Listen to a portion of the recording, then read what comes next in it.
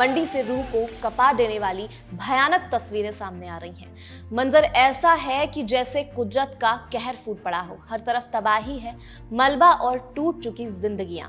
बारिश ऐसी बरसी कि पहाड़ दरकने लगे, 100 से ज्यादा घर मिट्टी में मिल गए और कई लोग अब भी लापता बताए जा रहे हैं। जिन रास्तों से लोग रोज काम के लिए निकलते थे, अब बस गड्ढों में बदल गए हैं। हर तरफ फैले मलबे से लोगों के शव निकल रहे हैं। सरकार कह रही है कि मदद भेजी जा रही है, लेकिन हालात ऐसे हैं कि हेलीकॉप्टर उड़ भी नहीं पा रहे हैं और पहाड़ों में पैदल चलकर राशन पहुंचाया जा रहा है। कभी कभी लगता है कि हम इंसान खुद को कितना भी ताकतवर समझ ले, लेकिन जब प्रकृति गुस्से में आती है, सब कुछ मिनटों में खाक कर देती है। मंडी में बारिश से तबाही मची हुई है, लोग बेहाल हैं, लेकिन सवाल हर तरफ से उठ रहा है कि इस भयानक आसमानी आफत के बीच मंडी की सांसद कंगना रनावत आखिर कहां है? आखिर वो चुप क्यों है? नमस्कार, मेरा नाम है खुशी सक्सेना और आप देख रहे हैं एबीपी लाइव।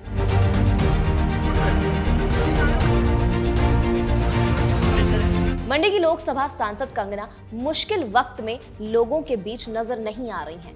कांग्रेस और सोशल मीडिया पर ट्रोलिंग के बाद अब खुद कंगना ने जवाब दिया है। उन्होंने कहा कि उन्होंने प्रभावित इलाकों में जाने की कोशिश की थी, लेकिन पूर्व मुख्यमंत्री जयराम ठाकुर ने सलाह दी कि जब तक रास्ते और संपर्क बहाल नहीं हो जाते, तब तक वहां जाना ठीक नहीं होगा। ऊपर से मंडी में रेड अलर्ट भी जारी हो गया है, तो अब वे प्रशासनिक मंजूरी का इंतजार कर रही थी। लेकिन इधर नेताओं का गुस्सा भी फूट पड़ा। खुद जयराम ठाकुर का एक वीडियो वायरल है, जिसमें जब उनसे कंगना की गैर मौजूदगी पर सवाल पूछा गया, उन्होंने कहा कि हम तो यहाँ हैं, जी जान से मदद में लगे हुए हैं, लेकिन जिन्हें चिंता नहीं है उनके बारे में क्या कहा जा सकता है। त्रासदी का आज तीसरा दिन है।